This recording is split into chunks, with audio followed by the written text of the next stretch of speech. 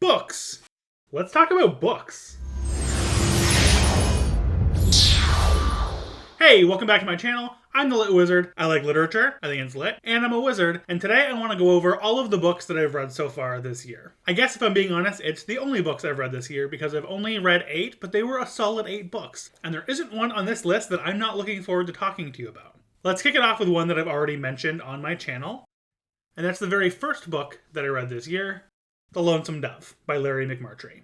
If you somehow haven't read Lonesome Dove yet or haven't heard about Lonesome Dove, it's essentially the story of a couple of retired Texas Rangers who decide to become cattle ranchers and move from Texas to Montana. Literally nothing could sound more boring than that, but believe me when I tell you, it is one of the best books that I've ever read in my life. You don't have to be a fan of Westerns or American history in order to enjoy this book. It's genuinely some of the best character work that I have ever read. Each of the characters in this book feel like real people. When I was done reading Lonesome Dove, I felt like I could hit up Google, hit up Wikipedia, and learn more about what happened to these people before the events that took place in the book, as well as after. I know it's a series of books, so there's a couple of prequels as well as a sequel, I believe. So theoretically, I could find out what happens before and after the events of this book. But I kind of don't want to. Like, it was such a good book that I'm afraid if I read any of the other ones in the series, it's going to ruin or tarnish how I feel about the original book. And I kind of just want it to exist as its own thing. At the end of the day, really glad that I listened to all of the people who were talking about this on Reddit and on Booktube and finally gave it a shot. Easily a 5, if not a 6-star book. No questions, no comments. The next book on my list, I waited a long time for, and that book is Fury of the Gods by John Gwynne.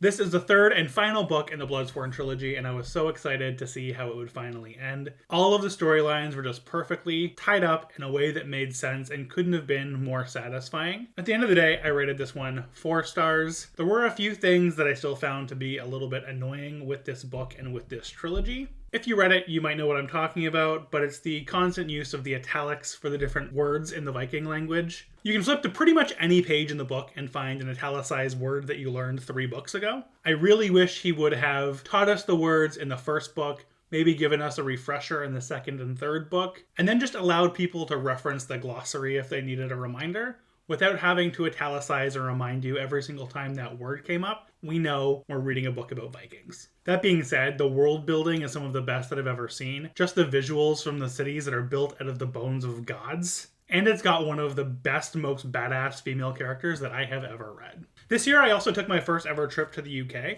and in doing so wanted to prepare by reading some cozy British murder mysteries. And where better to start than with The Moonflower Murders by Anthony Horowitz. This is the second book in the Susan Ryland series. And what's interesting about this series is we're not following a detective, we're following a book editor. Susan Ryland, the main character that we're following, is a book editor for a series of murder mystery books that just happen to be tied to an actual murder that takes place. So you're kind of reading a murder mystery within a murder mystery as she goes through the book that she's editing to try and solve a real life murder. That kind of meta storytelling is exactly what I love about Anthony Horowitz. While I was there, the third book in this series came out, so I was excited to read the second book and then pick up the third book while I was there, which I haven't gotten to yet, but I will, and I will keep you posted. Following that, I switched to Anthony's other series and read A Line to Kill. This is another really fun meta murder mystery series where you're following a fictionalized version of Anthony Horowitz, where he shadows Detective Hawthorne to research and write the book that you're reading. In this particular book, Anthony Horowitz and the detective are invited to be panelists at a book con on this little tiny island, and while they're there, a murder happens.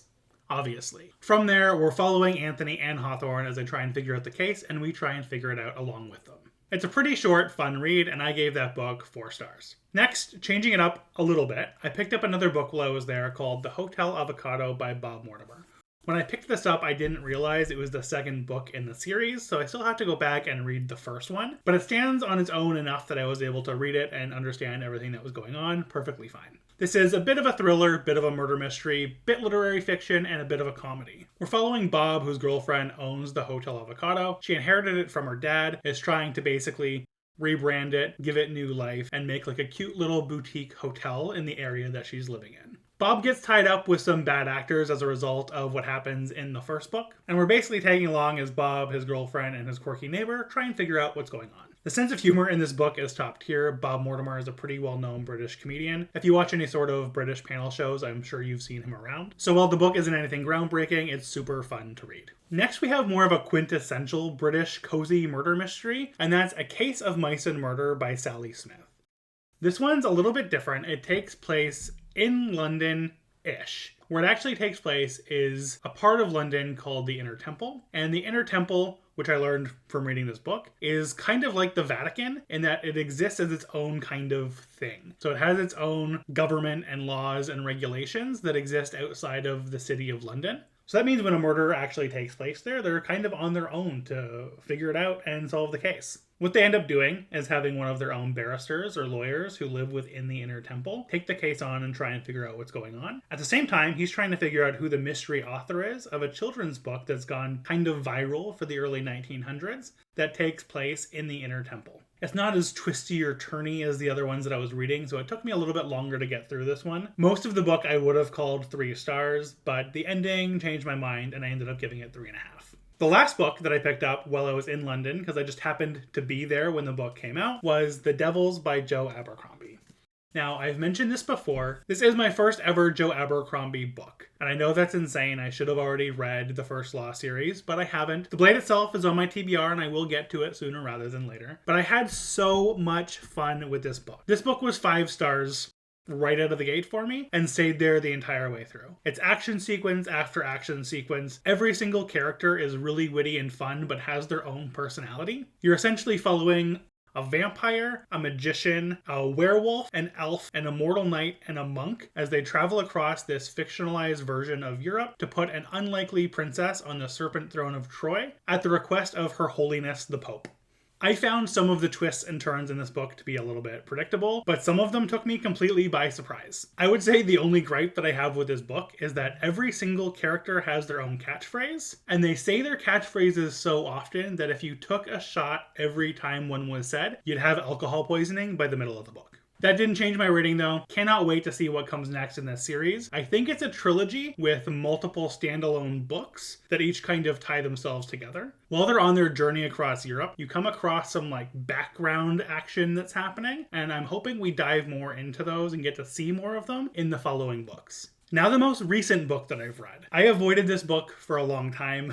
I think the original cover for this book is atrocious. Did not make me want to read the book at all. The idea of lit RPG just did not sound like it was for me, despite me being a gamer. Big fan of World of Warcraft, big fan of Diablo. But someone recently made a comment on one of my videos recommending that I check this book out. So I was at my local bookstore this weekend and finally decided to pick it up, and that is Dungeon Crawler Carl.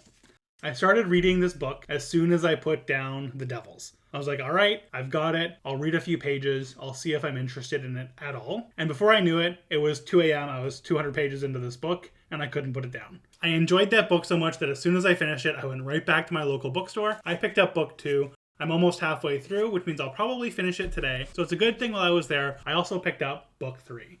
If you want to hear more about my thoughts on the Dungeon Crawler Carl series, I'm open to making a standalone video about it. Just let me know in the comments below. I think I've got enough to get me through, because I have absolutely no self-control and also picked up 4, 5, and 6. Those are all of the books that I've read so far this year. Are any of these books your favorite? If so, let me know in the comments below. Otherwise, just let me know what your favorite book is that you read this year. As always, thank you for watching. Reading is a treat, and so am I. Goodbye!